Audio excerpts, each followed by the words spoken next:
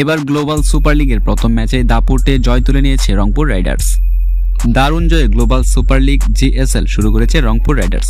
গত আসরের চ্যাম্পিয়নরা ৮ রানে হারিয়েছে টুর্নামেন্টের স্বাগতিক দল গায়ানা অ্যামাজন ওয়ারিয়র্সকে। গায়ানার প্রভিডেন্স পার্কে বৃহস্পতিবার অনুষ্ঠিত ম্যাচে রংপুর রাইডার্স ৫ উইকেটে ১৬২ রান করে টস জিতে ব্যাট করতে নেমে ভালো শুরু করে দলটি। ওপেনার সাইফ হাসান ও সৌম্য সরকার ৭.৫ ওভারে ৪৯ রানে জুটি দেন। সাইফ ১৮ বলে ১৮ রান করে ফিরে যান। পরেই ফিরে যান সৌম্য সরকার, তিনি খেলেন ৩৬ বলে ৩৫ রানের ইনিংস, ৫টি ৪ মারেন।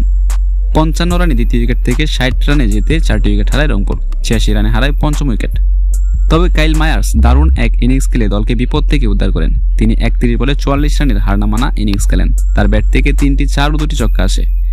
ইফতেখার আহমেদ ২১ বলে করেন ৩৪ রান, ২টি ৪ ও ২টি ছক্কা মারেন তিনি। জবাব দিতে নেমে গায়ানা ৫ বল থাকতে ১৫৪ রানে অল আউট হয়। দলটির হয়ে জনসন চার্লস ও মঈন আলী ভালো ব্যাটিং করেন। তবে রংপুরে খেলা বাংলাদেশ দলের পেসার খালেদ আহমেদ দারুণ বোলিং করে তাদের দোষিয়ে দেন। তিনি ৪ ওভার বল করে ৩৬ রানের বিনিময়ে নিয়েছেন ৪টি উইকেট, যার ফলে দাপুটে জয় নিয়েই প্রথম ম্যাচ শুরু করেছে রংপুর রাইডার্স।